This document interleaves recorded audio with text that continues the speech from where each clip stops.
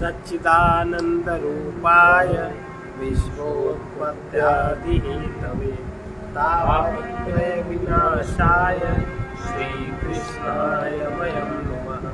चैतन्यं शाश्वतं शान्तं व्योमातीतं निरञ्जनं नादबिन्दुकलातीतं तस्मै श्रीगुरुवे नमः।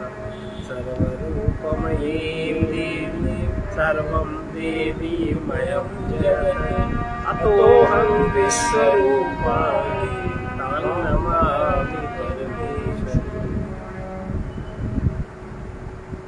हमने उस दिन सुना था आप लोगों ने ईश्वर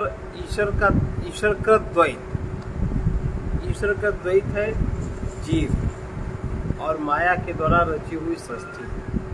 ये ईश्वर का द्वैत है, उसमें एक नियम है, एक सच्चाई है, एकदम यथार्थ है। और लेकिन जीव का द्वैत, एक ईश्वर का द्वैत है, एक है जीव का द्वैत। तो जीव का द्वैत में सबसे पहली बात है कि भोग 3 प्रकार के होते हैं।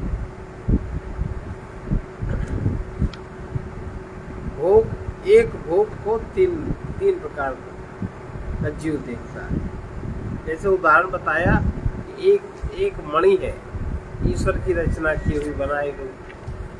उस मणि को एक तो जो उसको पाता है वो प्रसन्न होता है, और जो नहीं पाता वो दुखी होता है। और एक न पाता है न नहीं पाता, एक देखता है वो तटस्थ रहता है। 3 प्रकार की दृष्टियां हैं जीव की, और ईश्वर की सृष्टि केवल एक है, और उसको देखने की दृष्टि जीव की 3 प्रकार की। और जैसे जीव की मनोमयी रचना किस प्रकार है, जैसे एक स्त्री मांसमयी, लेकिन दूसरी स्त्रियां, एक स्त्री किसी की पत्नी है, किसी की माँ है, किसी की देवरानी है, किसी की निशानी, उसके कितने संबंध, बाकी सब मनोमयी। ये सब जीव की मन की रचना है। वो व्यवस्था के अनुसार व्यवहार जगत में मानसिक रचना कर लेता है और व्यवस्था के अनुसार वो चलता है। मांसमयी स्त्री में तो कोई भेद नहीं, लेकिन मनोमयी स्त्री में हर प्रकार का भेद है। जिसकी वो पत्नी है उसका व्यवहार दूसरा है, जिसकी वो माँ है उसका व्यवहार दूसरा है, जिसकी वो बहन है उसका व्यवहार, ये सब मानसिक कल्पना है। जीव द्वारा रचित पुत्री पत्नी आदि रूपों का प्रभाव ईश्वर रचित स्त्री पर नहीं पड़ता। इस कारण वो कह सकते हैं कि जीव सृष्टि ईश्वर सृष्टि से भिन्न नहीं है, वस्तुतः दोनों प्रकार की रचनाओं का उपादान कारण भिन्न भिन्न है और दोनों की सत्ता भी अलग है। ईश्वर रचित स्त्री तो मांसमयी है, उसके हड्डी मांस सब है, और ईश्वर ने माया के द्वारा पंच महाभूतों की रचना कर अस्थि मांस मज्जा युक्त स्त्री से निर्मित किया। यह एक शरीर सब व्यक्तियों के लिए एक समान है, और जो शरीर पिता के लिए पुत्री है वही शरीर पुत्र के लिए माता है। पुत्री और माता के लिए शरीर भिन्न भिन्न नहीं है, पर उनकी मानसिक रचना भिन्न भिन्न है। जीव की सृष्टि मनोमयी है।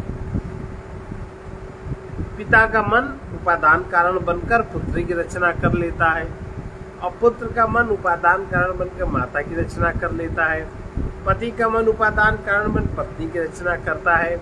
ये सब रचनाएं जीव निर्मित मनोमयी। इन सब में भेद भी है। इनका प्रभाव मांसमयी स्त्री पर, जो ओरिजिनल स्त्री है, उस पर नहीं पड़ता। वो सबको उसको जो जिस तरह से बुलाता है वो उसके अनुसार वो उतने प्रकार का व्यवहार करती है। स्त्री कितने प्रकार व्यवहार करती है जितने उसके संबंध है।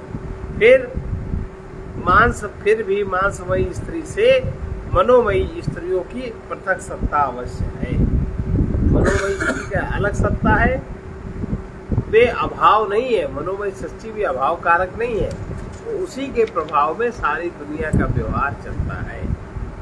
अब भ्रांति हो जाए, स्वप्नावस्था में और मनोराज्य में और व्यक्ति की स्मृति, मनोमय पदार्थ भले ही जानने में आते हैं, लेकिन जागृत अवस्था में प्रत्यक्ष प्रमाण में जानने में आने वाले प्रमेय मनोमय पदार्थ नहीं होते, वो असली पदार्थ होता है। जागृत अवस्था में प्रत्यक्ष प्रमाण के द्वारा जानने में आने वाले प्रमेय मनोमय पदार्थ नहीं होते। जैसे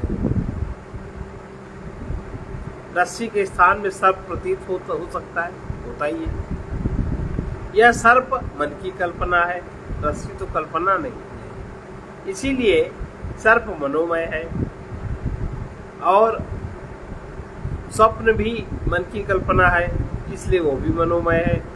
दिवा स्वप्न मनोराज्य कहलाता है, वो भी मन की कल्पना होने के कारण मनोमय है। स्मृति पूर्व ज्ञान के आधार पर वर्तमान में उत्पन्न होती है, किंतु स्मृति काल में वो वस्तु सामने नहीं होती। जैसे बचपन में किसी ने देखा सर्कस में एक सिंह अग्नि के गोले से भीतर कूदते हुए देखा था, अब वो स्मृति में है। अब और आज उसका जब स्मरण आ रहा है तो इस समय ना तो शेर है, ना अग्नि का गोला है, ना वो उस अग्नि गोले से कूद रहा है, इसलिए ये स्मृति भी मनोमयी कल्पना मात्र है। जिस समय होता है उस समय तो सत्य होता है, और बाद में वो जब काल बीत जाता है तो स्मृति भी मनोमयी कल्पना मात्र है। प्रत्यक्ष प्रमाण के विषय में हमारी मानसिक कल्पना नहीं होती।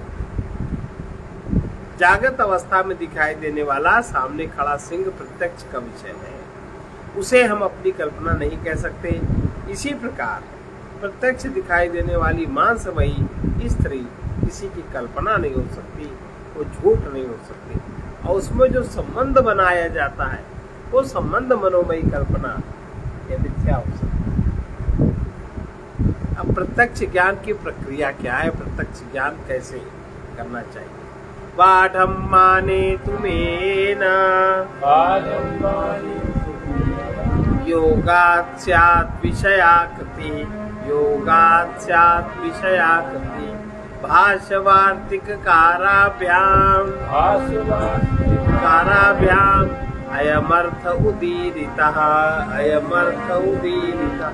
ठीक है, प्रमाण का प्रमेय से योग होने पर मन में विषयाकार आकृति उत्पन्न होती है।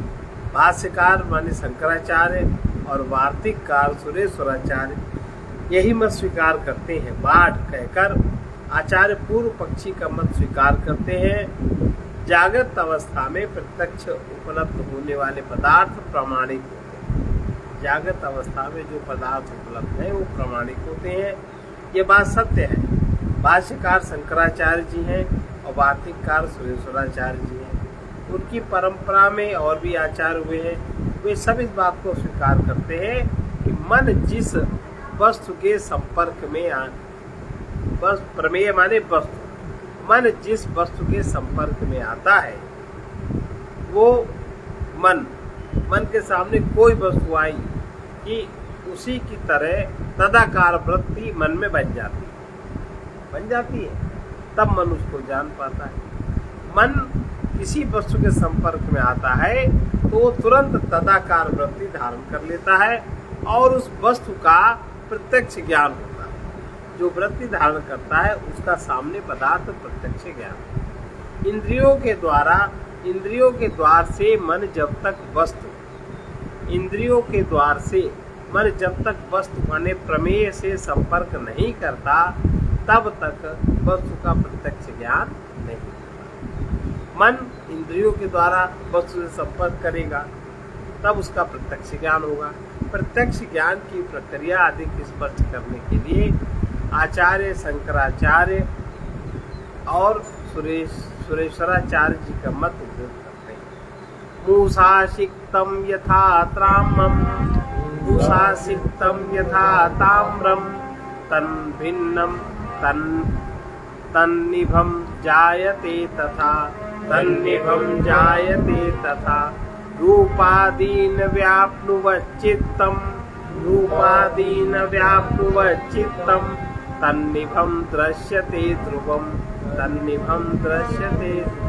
जैसे सांचे में डाला गया पिघला हुआ तांबा पिघला लो, फिर उसको किसी भी प्रकार के सांचे में डाल दो, तो जो सांचे का रूप है तांबा वही रूप धारण कर देगा। वैसे ही रूप आदि में व्याप्त हुआ चित्त, शब्द स्पर्श रूप रस आदि में जो चित्त व्याप्त हो जाता है और फिर चित्त में जो आकृति बनी होती है, जो सांचा पहले का संस्कार बना है, वो वही निश्चय ही तदाकार रूप धारण कर लेता है। जो भी आप रूप आदि उसमें डालो, चित्त में जैसा आपका आकार है, जैसे वो वही आकार धारण कर लेता है। ये श्लोक भगवान शंकराचार्य का उपदेश शास्त्री 14:3 से उद्धृत है। अंतःकरण इंद्रियों के द्वारा विषयों से संपर्क करता है और विषयाकार रूप धारण कर लेता है।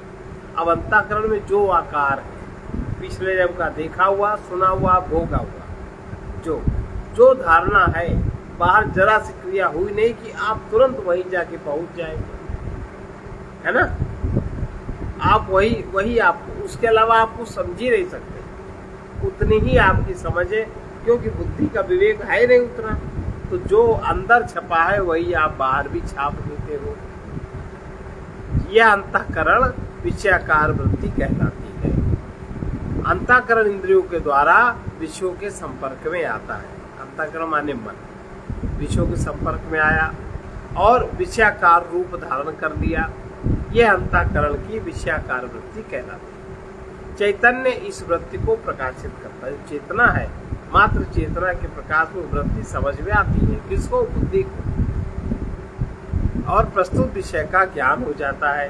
अंतःकरण विषयाकार रूप कैसे धारण करता है, इसे समझने के लिए पिघले हुए तांबे को सांचे में पहुंचकर तदाकार रूप धारण करते देखना चाहिए। तो अंतःकरण में आपकी जो वृत्ति है, वही आकार बाहर की वृत्ति का, वही आकार आप अंतःकरण धारण कर लेते हैं।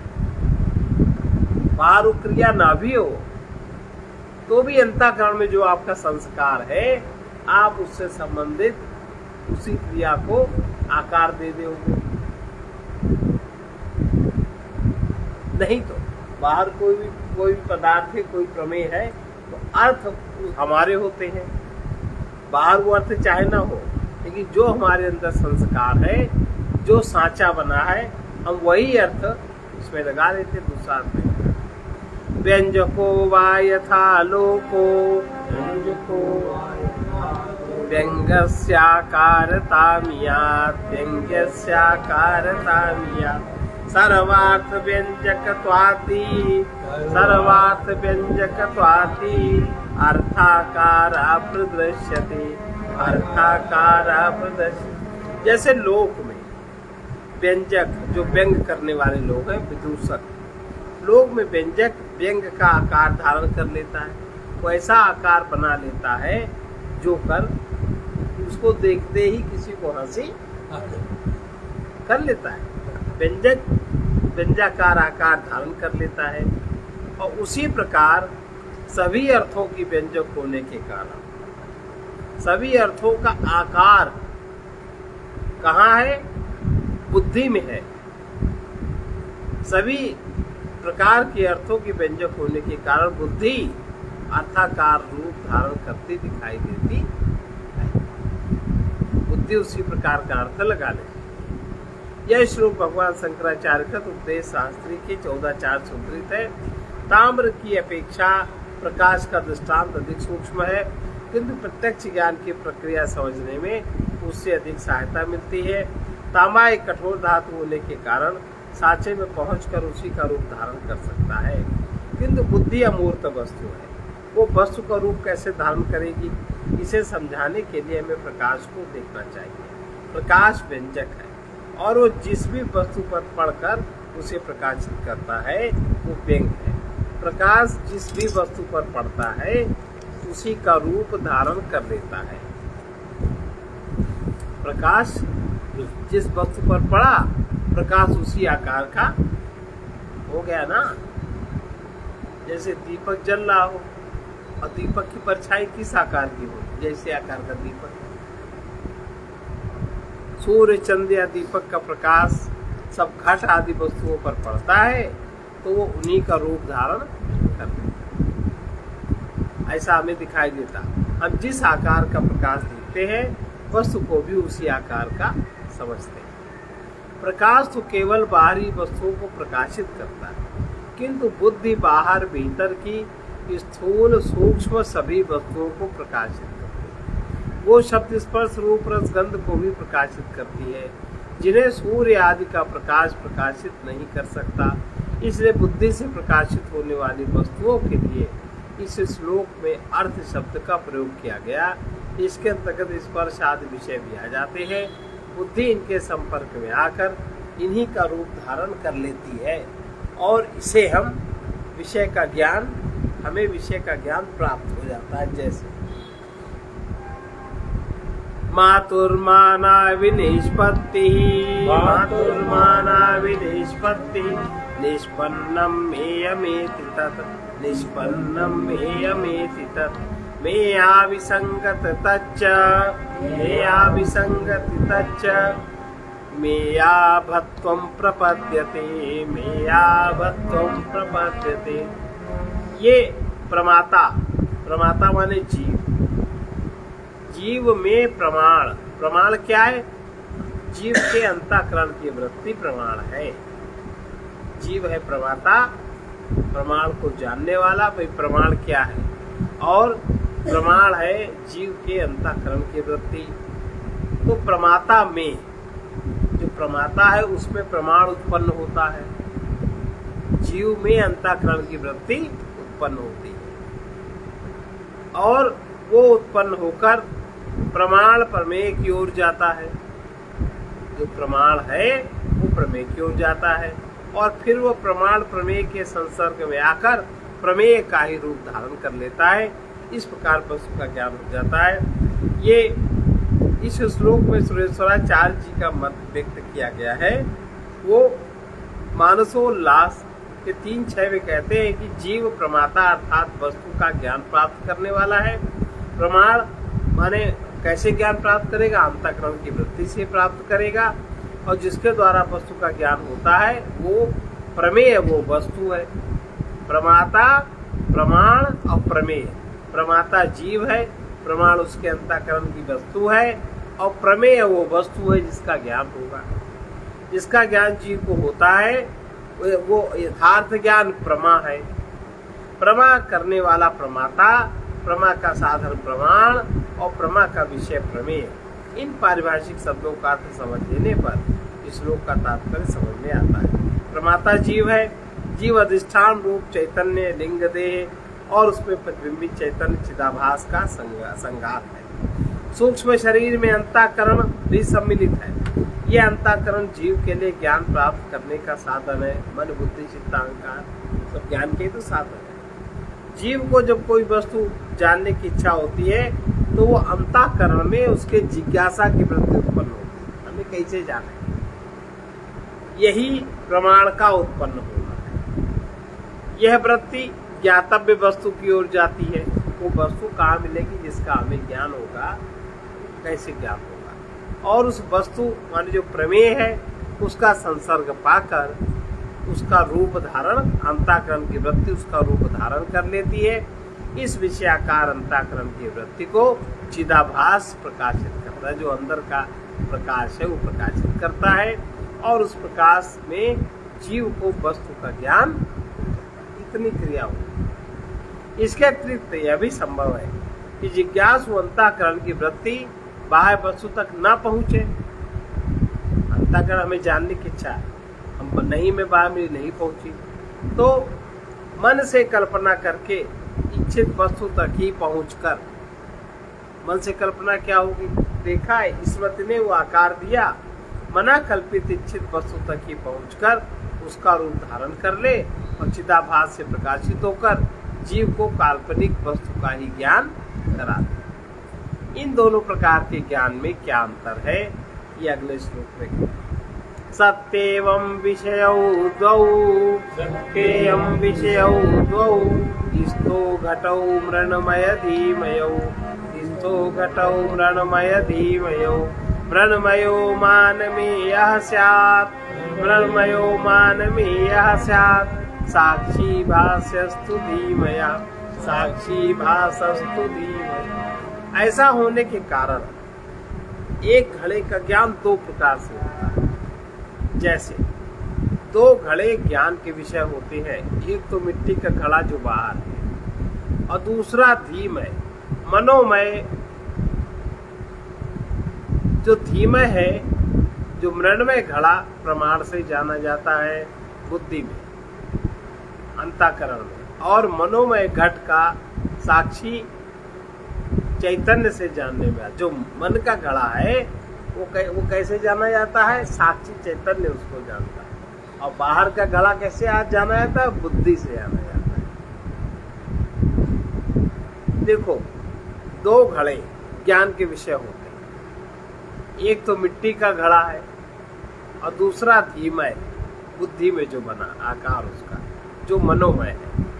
मृण्मय घड़ा तो प्रमाण से जाना जाता है, मन इंद्रियों के द्वारा उसको जानेगा। और मनोमय घट, मन में जो घड़ा बना है, बुद्धि में जो घड़ा, उसको साक्षी चैतन्य से जाना जाएगा। आया समझ में? दो प्रकार का ज्ञान है। प्रत्यक्ष ज्ञान की प्रक्रिया पर संक्षिप्त विचार कर आचार्य जीवकृत सृष्टि के विषय पर पुनः आ जाते हैं। हमें ईश्वर निर्मित वस्तु और उस पर आरोपित जीव निर्मित वस्तु दोनों जानने में आती है। ईश्वर निर्मित वस्तु सामने घड़ा और जीव निर्मित वस्तु मानसिक घड़ा, साक्षी चैतन्य जानेगा। ईश्वर निर्मित वस्तु और उस पर आरोपित जीव निर्मित वस्तु दोनों जानने में आती है। तुमने ईश्वर की दुनिया में रच ली है अपनी क्षुद्र सृष्टि, जिसका कि तुम्हें मिथ्या अभिमान। ईश्वर की वस्तु का कभी अभिमान नहीं होता, अपनी जो अपनी मानसिक सृष्टि है उसका अभिमान जीव करता है। कभी भी समझ के देखो। आरोपित जीव निर्मित वस्तु दोनों जानने में आती। उदाहरण के लिए, हमें जब घट का ज्ञान होता है तो हम दो प्रकार से भिन्न घट देख रहे होते हैं। एक ईश्वरकृत मिट्टी का घट और दूसरा जीवकृत मनोमय घट देख रहे होते। दो मिट्टी का घट का ज्ञान कैसे होता है? अंतःकरण की तदाकार वृत्ति से ज्ञान होता है, मन से होता है। मन अंतःकरण की जो वृत्ति है तदाकार होकर के उसका ज्ञान होता है। और जो मनोमय घट का ज्ञान कैसे होता है? वो साक्षी चैतन्य के द्वारा होता है। यहाँ ये बात स्पष्ट कर देना आवश्यक है कि जीवकृत मनोमयी रचना और ईश्वरकृत भौतिक रचना, ईश्वरकृत भौतिक रचना है और जीवकृत मनोमयी रचना है, एक समान या तद्रूप नहीं होती। दोनों रचना एक समान या तद्रूप नहीं होती। मनोमयी रचना का रूप कुछ भिन्न होता है। इसका कारण, मनोमय रचना का रूप भिन्न क्यों होता है? इसका कारण जीव की वासनाएं हैं। जीव ने शुभाशुभ कर्मों के द्वारा जो वासनाएं अर्जित की हैं, वे राग द्वेष उत्पन्न करती हैं। बड़ी बारीकी से अनुभव करना है ना। जैसे अभी वो बच्चे के मारने वाली क्रिया, ये राग द्वेष, ये द्वेष का अंदर से कोई द्वेष ऐसा भरा है जो कि हम किस प्रकार से डाउन करें, तो कुछ नहीं मिला, वही एक वृत्ति उसी तरीके मिले, वो चाहे बच्चा हो चाहे कोई पदार्थ हो, अंदर की जो वृत्ति है प्रकट वही होगी अनेक क्रियाओं से। हर एक की बात है जो, इसीलिए समझ नहीं पाता, कोई नहीं समझता, समझ नहीं पाता। वो जब जो समझदार, जिसकी बुद्धि जागृत हो या जो साक्षी चैतन्य में जागृत हो, वही समझेगा इस बात को। हर एक के साथ हर कुछ क्रियाकलाप होता है, लेकिन समझ में, जैसे कोई बात अभी हम कह रहे हैं है ना, अगले ने बात भी नहीं पूरी हो पाई और तुरंत बात काट के बोल पड़ा। ये क्या है? उसका अहंकार अपने को बड़ा ऊंचा बनाना चाहता है, वो दूसरे की प्रतिष्ठा से जलता है, अंदर ईर्ष्या है उसको कि कहीं ये बात से न प्रतिष्ठित, तुरंत बात काट। ये भी उसका द्वेषमयी चित्त है, द्वेष चित्त है उसका, द्वेष वृत्ति है। जैसे स्वरूप से जीवकृत मनोमयी रचना और ईश्वरकृत भौतिक रचना एक समान या तद्रूप नहीं होती। ये देखो हर एक के मन की बात है। मनोमयी रचना का रूप कुछ भिन्न होता है। इसका कारण, मनोमयी रचना का रूप भिन्न क्यों होता है? इसका कारण जीव की वासनाएं हैं। और वासनाएं कैसे बनी? जीव ने शुभ और अशुभ कर्मों के द्वारा जो वासनाएं अर्जित की, मतलब उसने पैदा करके संभाल के रखी है, ये उसका उपार्जन है, वे राग द्वेष उत्पन्न करती है। वो वासनाएं शुभ है अशुभ है, शुभ से राग अशुभ से द्वेष। वे राग द्वेष से रंजित, इस राग द्वेष से रंजित जो विषयाकार वृत्ति हमें प्राप्त होती है, हमारी बुद्धि में, हमारे मन में राग द्वेष से युक्त जो विषयाकार वृत्ति प्राप्त होती है, वही हमारी मनोमयी रचना है। विषयाकार वृत्ति हमारे मन की आकार की मनोमयी रचना है। इस विकृत मानसिक रचना से हमें सावधान, ये विकृत है ना, दूसरे को भी विकृत कर देती है, दूसरे की क्रियाओं को विकृत कर देती है। दूसरा कोई बहुत अच्छा कर रहा और हमने जो उसका वर्णन किया एकदम घटा के वर्णन, अपने अनुसार वर्णन किया। इस विकृत मानसिक रचना से हमें सावधान करते हुए भगवान श्री कृष्ण गीता में कहते हैं, अब तुम विकृत मानसिक रचना करोगे अगर तो और भी पाप तो बनेगा, और क्या बनेगा? आपका मन खराब होगा। भगवान क्या कहते हैं? इंद्रियस्य इंद्रियस्यार्थे इंद्रियस्यार्थे राग द्वेषौ व्यवस्थितौ राग द्वेषौ व्यवस्थितौ तयोर्नवशभागच्छेतौ रस्य परिपंथिनौ रस्य परिपंथिनौ। इंद्रिय या इंद्रिय के विषय में जो राग और द्वेष है, उन दोनों के वश में नहीं होना चाहिए, क्योंकि वे दोनों ही परिपंथी। इंद्रिय अंतःकरण है, बाह्य इंद्रिय के विषय शब्द स्पर्श रूप रस गंध आदि है। इनके प्रति अंतःकरण में जो राग द्वेष है, वही मनोमयी सृष्टि कर देता है। वही बंधनकारी होने के कारण हमारे लिए परिपंथी है। वही बंधन, पाप का बंधन वही बनाता है। आगे के श्लोकों में दिखाएंगे कि यह जीवकृत मनोमयी राग द्वेषात्मक सृष्टि ही संसार है। ईश्वरकृत सृष्टि का नाम है जगत, बिल्कुल यथार्थ है। और ये जो जीवकृत मनोमयी राग द्वेषात्मक सृष्टि ही संसार है, जिसके बंधन में जीव बंधा है, अपने बंधन में बंधा है।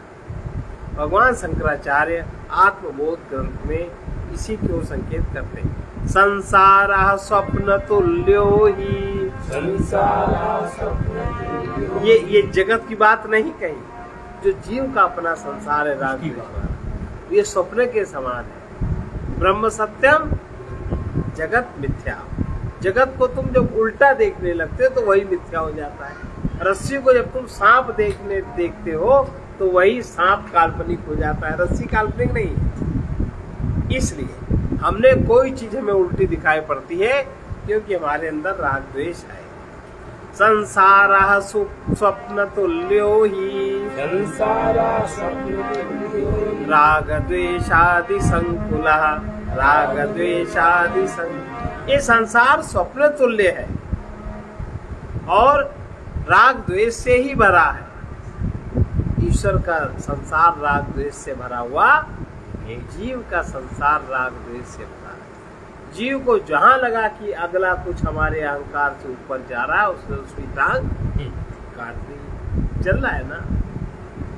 और उसी प्रकार जागृत अवस्था में ईश्वर सृष्टि पर राग द्वेष आरोपित कर जीव ने जो मनोमयी सृष्टि कर ली, वही उसका संसार है और उसी के बंधन में जीव पड़ा रहता है। ईश्वर के संसार में जीव कभी नहीं पड़ा रहता। आया समझ में? जीव सृष्टि के दोष क्या है? जीव सृष्टि, अच्छा बहुत जिनका मन अजीब होता है, वो विचार ही नहीं करते, वो अपने मन से ही देखते। बड़ी बड़ी बातें, बड़ी बड़ी कलह, बड़े बड़े दावे, वो ऐसे ही करते। जीव सृष्टि के दोष क्या है? समझिए। अन्वय व्यतिरेकाभ्याम धीमयो जीव बंध सत्यस्मिन् सुख दुःखे स्तः तस्मिन् सति न द्वयम्। अन्वय और व्यतिरेक से अगर विचार करें तो मनोमय सृष्टि जीव को बंधन में डालने वाली है। ये जीव की बनाई हुई अपनी सृष्टि है। इसको महाराज जी कहते हैं तुमने ईश्वर की दुनिया में रच ली है अपनी क्षुद्र सृष्टि, जिसका कि तुम्हें मिथ्या अभिमान, झूठा अभिमान करते उसके होने पर ये जो मनोमय सृष्टि है, मनोमय सृष्टि जीव को बंधन में डालने वाली है।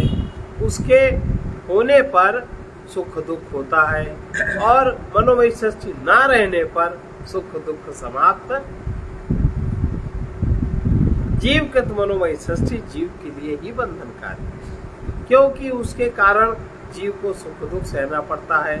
मनोमय सृष्टि कारण है और सुख दुख का बंधन उसका कार्य है। इन दोनों का ये कारण कार्य संबंध अन्वय व्यतिरेक विधि से स्पष्ट जाना जा सकता है। अन्वय व्यतिरेक की विधि क्या है, इसको समझें। यत् सत्त्वे यत् सत्त्वमन्यवः, यत् सत्त्वे यत् सत्त्वमन्यवः। जिस कारण के सद्भाव से जिस कार्य का सद्भाव होता है, जिस कारण के सद्भाव से इस कार्य का सद्भाव होता है। माने अंदर अगर सद्भाव है तो बाहर जो कार्य होगा वो भी सद्भाव होगा। होने पर जिस कार्य का अभाव हो जाता है, तो जिस कारण का अभाव होने पर जिस कारण के सद्भाव से जिस कार्य का सद्भाव होता है वो तो अन्वय है।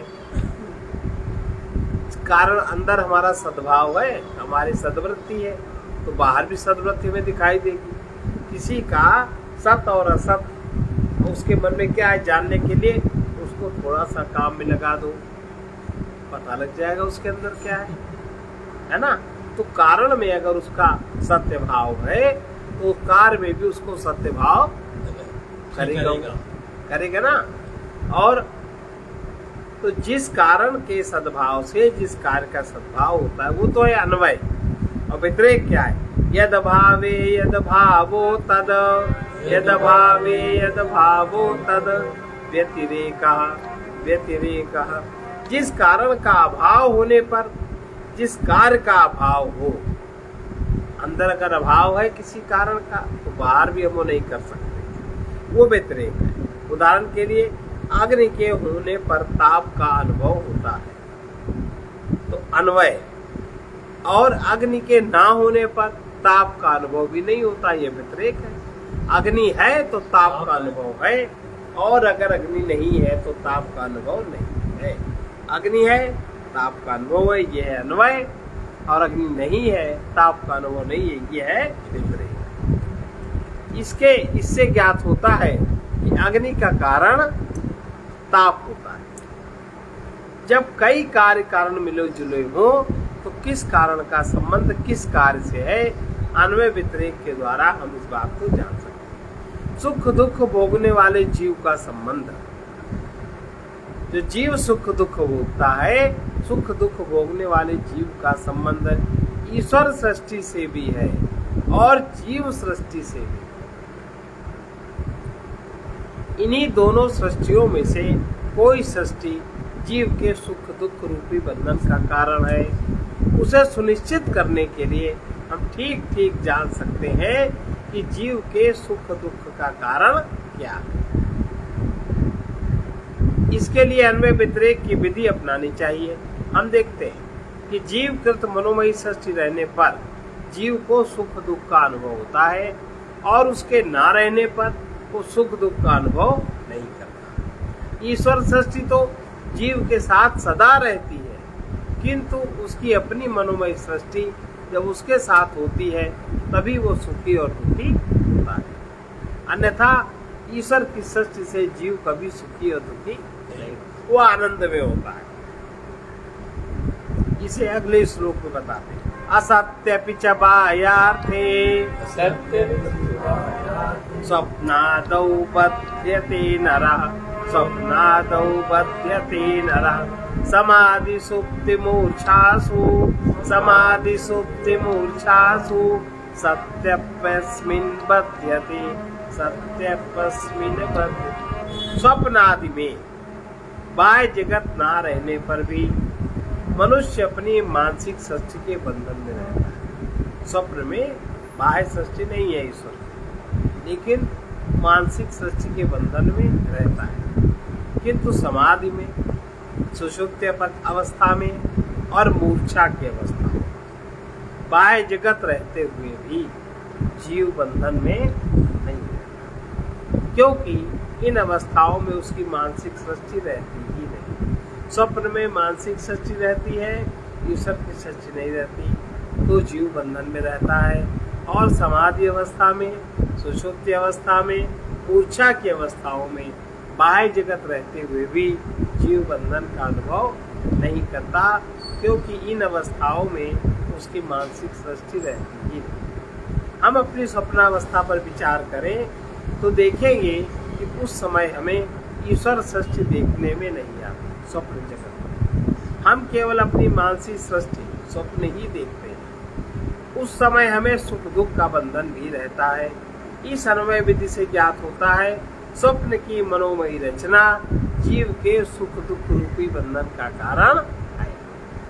स्वप्न के साथ आदि शब्द जोड़कर यह दिखाया गया कि भ्रांति, मनोराज्य और स्मृति, भ्रांति में, मनोराज्य में, स्मृति, ये तीनों ही मनोमयी रचना है। भ्रांति भी मनोमयी रचना है, मनोराज्य भी मनोमयी रचना है और स्मृति भी मनोमयी रचना है। और उनसे भी सुख दुख होता है। स्मृति से होता है कि नहीं होता? कोई मरा है 25 साल पहले, वो अभी स्मृति याद है। अब तुम वर्तमान में ईश्वर की सृष्टि में नहीं हो, अपनी मनोमय सृष्टि में तो दुखी हो। कोई घटना घटी है 50 साल पहले, मान लो किसी का विवाह हुआ, उस समय उसको ज्यादा दहेज वहेज मिला और अभी भी याद करके तुम प्रसन्न हो। औरतों को देखो, इतनी साड़ी मिली थी, इतना ही मिला, अब बहुत कुछ हो, अरे उसका क्या, रागद्वेष भी है, अब न सुखी हो रही। तो ये स्मृति, मनोराज्य, भ्रांति, ये तीनों मनोमय रचनाएं और उनसे भी सुख दुख होता है। जैसे स्वप्न में देखे गए सर्प से भय होता है, वैसे ही जागृत अवस्था में रस्सी देखकर सर्प का भ्रम हो जाए अगर, तो भी उसी प्रकार का भय उत्पन्न भ्रांति में भी होता है। सीप में चांदी समझ लेने पर उसमें प्रियता उत्पन्न हो जाती है और उससे भी सुख का अनुभव होता है। स्मरण और मनोराज्य के पदार्थ भी सुख दुख की अनुभूति कराते हैं। स्मरण का भी उदाहरण दिया, और मनोराज्य, ऐसा होगा तो ऐसा करेंगे, ऐसा होगा तो ऐसा करेंगे, आनंदित है। तो इसमें भगवान की सृष्टि का कुछ भी मतलब न, भजन का कुछ भी मतलब है। अब हम भगवान के सामने जा करके अपने मनोराज्य की, अपनी भ्रांति की सृष्टि की सुख की हम याचना करते हैं, हमें ये सुख दो। अब झूठा है कि सच्चा? अब भगवान अगर तुम्हारे ऊपर कृपा है तो तुम्हारी पूर्ति करेंगे कि नहीं करेंगे? अगर भगवान की कृपा है तो तुम्हारी पूर्ति नहीं करेंगे, है ना? तो जीव क्या कहेगा? भगवान झूठे, ये सब पंडितों का पोगा पत्नीपन है, यानी क्या क्या बता ये ना। स्मरण और मनोराज्य के पदार्थ भी सुख दुख की अनुभूति कराते हैं। समाधि में, सुषुप्ति अवस्था में और मूर्छा, ये तीन अवस्थाएं ऐसी हैं जब मन की वृत्तियां लीन हो जाती हैं और जीव की फिर मानसिक सृष्टि नहीं रहती है। उसके ना रहने पर जीव को सुख दुख का बंधन भी नहीं रह जाता, ये व्यतिरेक है। स्वप्न आदि चारों मानसिक सृष्टि की भाव अवस्थाओं में और समाधि आदि तीनों मानसिक सृष्टि की अभाव अवस्थाओं में ईश्वर सृष्टि अपने स्थान में यथावत रहती है, किंतु जीव के सुख दुख का वो कारण नहीं बनती, है ना?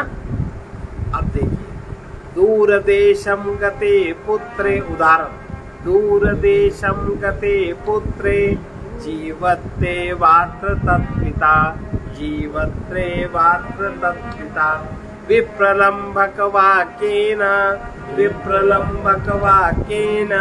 मृतं मत्वा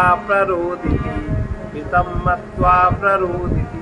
दूर देश में गए पुत्र के जीवित होने पर भी यहाँ उसका पिता विप्रलम्भक वाक्य सुनकर उसको मृत मान लेता है तो दुखी होता है और रोने लगता है। दूर देश में पुत्र है, कोई सूचना नहीं आई, किसी ने ऐसे ही कह दिया कि वो तो मर गया, एक्सीडेंट हुआ तो तुम्हारा लड़का भी था, अब रोने लगेगा, परेशान हो जाएगा। लेकिन और दूसरा उदाहरण क्या है, वो पुत्र मर गया हो और उसको मरने की सूचना न मिली हो, है ना, वो पुत्र मर गया हो तो भी उसके मरने की बात यहाँ पिता तक नहीं पहुंचती और वो रोता भी नहीं। अब सब जीवों की मानसिक सृष्टि उनके लिए बंधनकारी होती। एक है कि दूर देश में गए पुत्र के जीवित होने पर भी यहाँ उसका पिता भी प्रलंबक वाक्य सुनकर उसे मृत मान लेता है और दुखी होता है, रोने लगता है। और दूसरा, वो पुत्र मर गया तो भी उसके मरने की बात यहाँ पिता नहीं सुनता तो रोता नहीं सुना नहीं रोता। अतः सब जीवों को मानसिक सृष्टि बंधनकारी।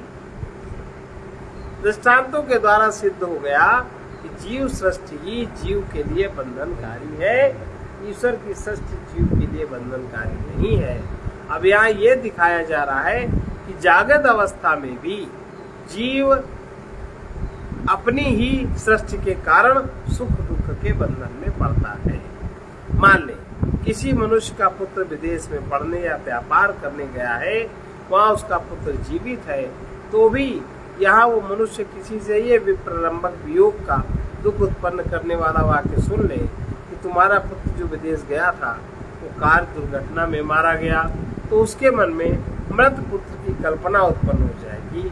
वो कुछ नहीं पता करता, इस प्रकार उत्पन्न हुई मृत पुत्र मानसिक सृष्टि इस मनुष्य को दुख देती है, रोने लगता है। उसके शोक का कारण ईश्वर रचित बालक नहीं है, ईश्वर रचित सृष्टि नहीं, उसके मन में जो बालक की रचना है वो खंड खंड होता है, बाहर का तो ठीक रहता है और दुखी हो जाता है। स्थिति इसके विपरीत भी हो सकती है। विदेश में गया हुआ उस मनुष्य का पुत्र वहाँ वस्तुतः दुर्घटना में मर जाता है, किंतु यहाँ उसके पिता को उसकी सूचना नहीं मिलती तो रोता भी नहीं। ईश्वर सृष्टि में बालक मर जाता है और जीव सृष्टि में नहीं मरता, वो जीवित रहता है। तो ईश्वर सृष्टि में बालक मर जाता है, जीव सृष्टि में पुत्र जीवित रहता है, तो पिता को मरे हुए बालक का दुख नहीं होता, वरन अपने मनोमयी जीवित पुत्र का सुखी उसे अनुभव होता है। अतः सिद्ध है कि सभी जीव अपनी ही मनोमयी सृष्टि के बंधन में है, ईश्वर की सृष्टि से कोई बंधन में नहीं है। सुख दुख भी मनुष्य की अपनी सृष्टि के अनुसार होता है, ईश्वर की सृष्टि में तो आनंद ही आनंद। अब अगला, ईश्वर सृष्टि का प्रयोजन क्या है, ये हम लोग कल सुनेंगे। ये आगे स्पष्ट हुआ।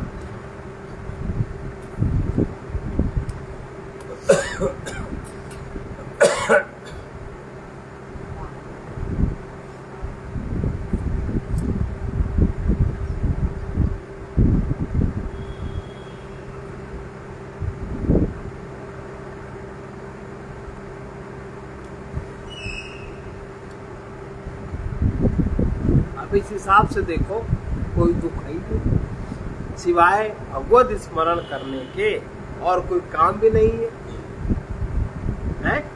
अपने मना कल्पना पूरी करते रहो, कभी पूरी होती है।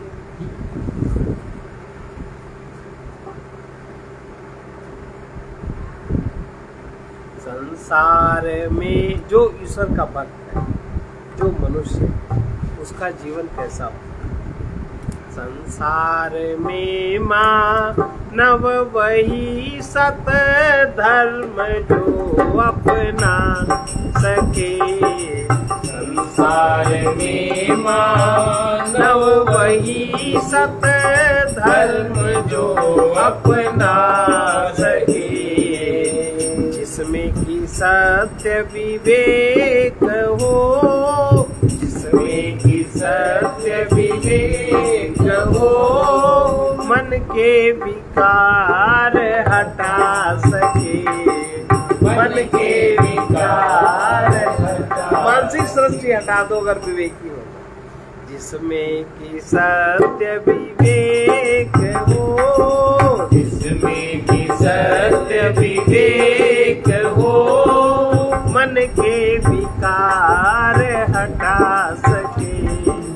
मन के विकार हटा सके। ज्ञानी वही जो सर्वदा, ज्ञानी वही जो सर्वदा, दुख द्वंद्व में भी शांत हो। दुख द्वंद्व में भी शांत हो।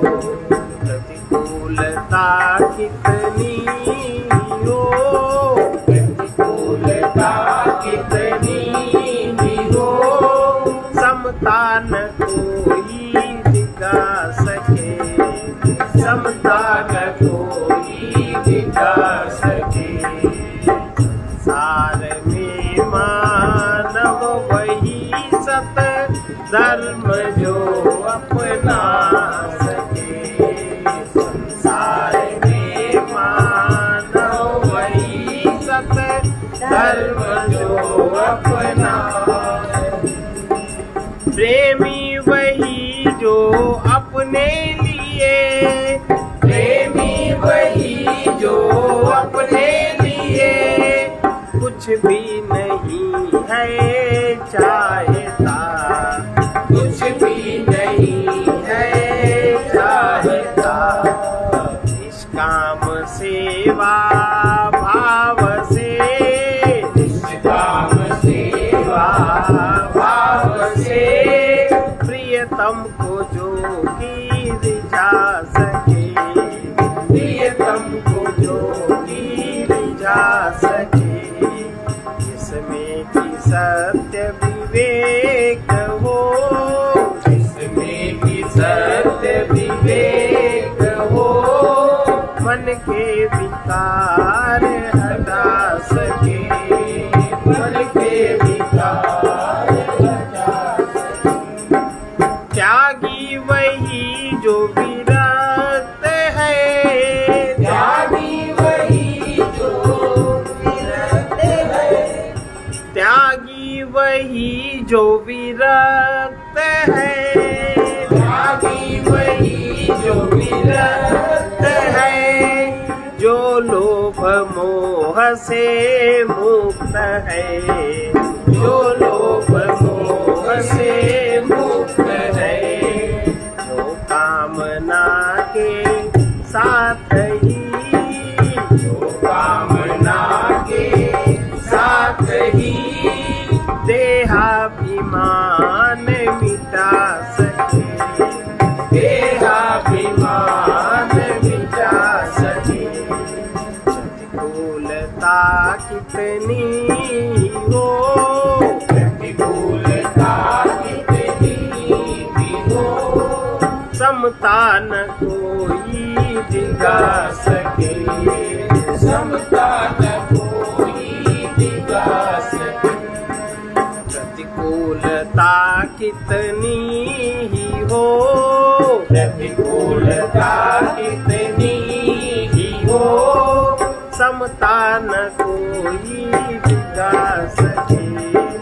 समता न कोई दिखा सके।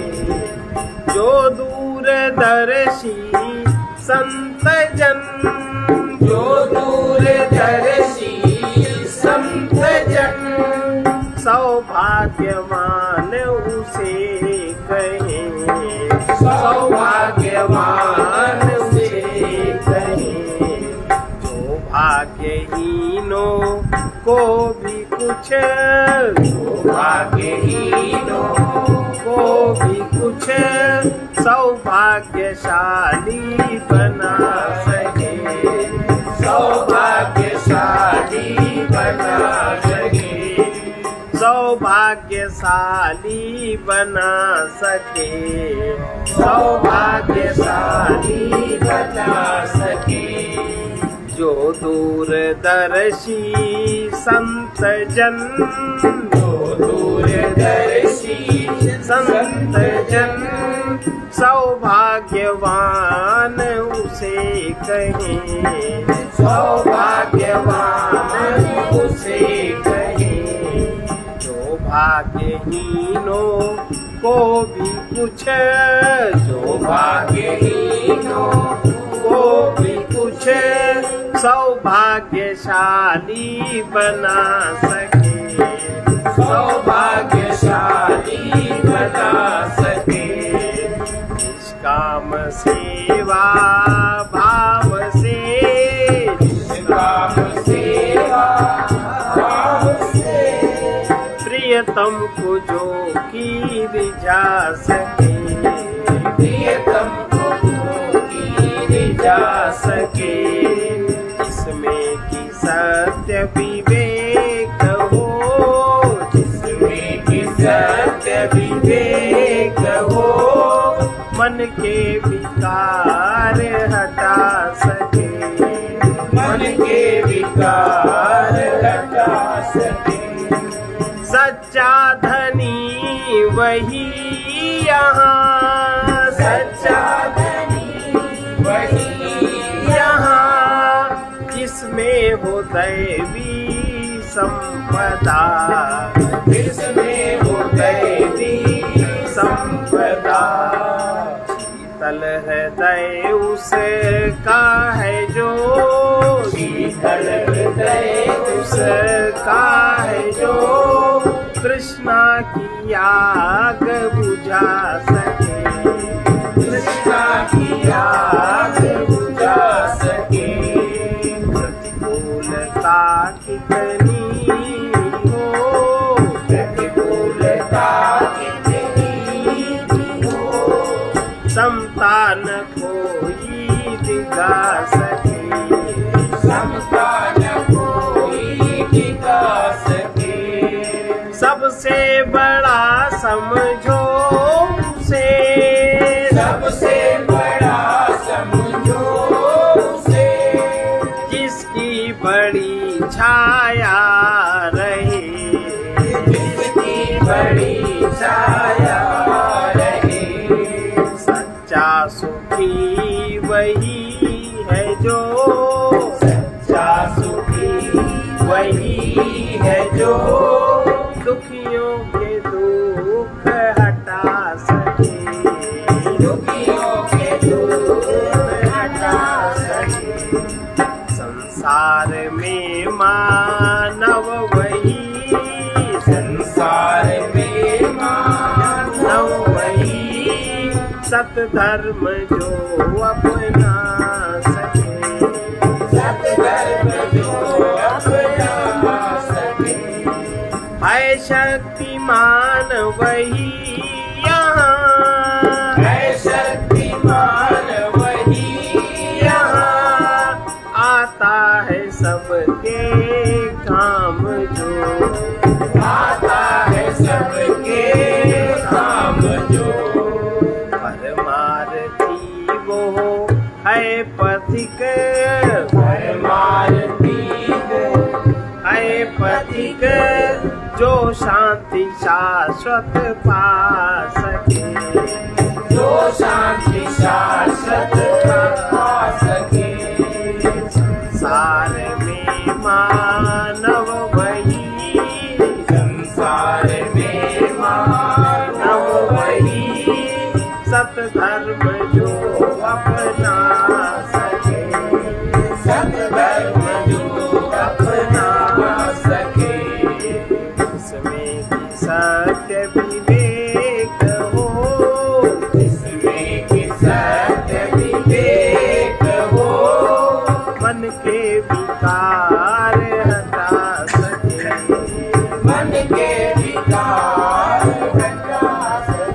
व्यक्तित्व से स्वरूप तक जो ले जाता है वही धर्म है। सत्य निर्णय के लिए मोह लोभ क्रोध से मुक्त विवेकवती बुद्धि की जागृति आवश्यक है। परमात्मा से पूर्ण प्रेम ही स्वधर्म है। सत्यानुभूति के लिए यह स्व ही द्वार है। निरंतर सत्य परमात्मा का संग ही स्वधर्म है। मनोमय सृष्टि मिट जाए वही स्वधर्म। सर्वे भवन्तु सुखिनः, सर्वे सन्तु निरामयाः, सर्वे भद्राणि पश्यन्तु, मा कश्चित् दुःखभाग् भवेत्। कृष्णाय वासुदेवाय हरये परमात्मने प्रणतक्लेशनाशाय गोविन्दाय नमो नमः। उग्रवीर महाविष्णु, उग्रवीर महाविष्णु, ज्वलन्तं सर्वतोमुखं, ज्वलन्तं सर्वतोमुखं, नृसिंहं भीषणं भद्रं, नृसिंहं भीषणं भद्रं, मृत्युर्नमाम्यहम्।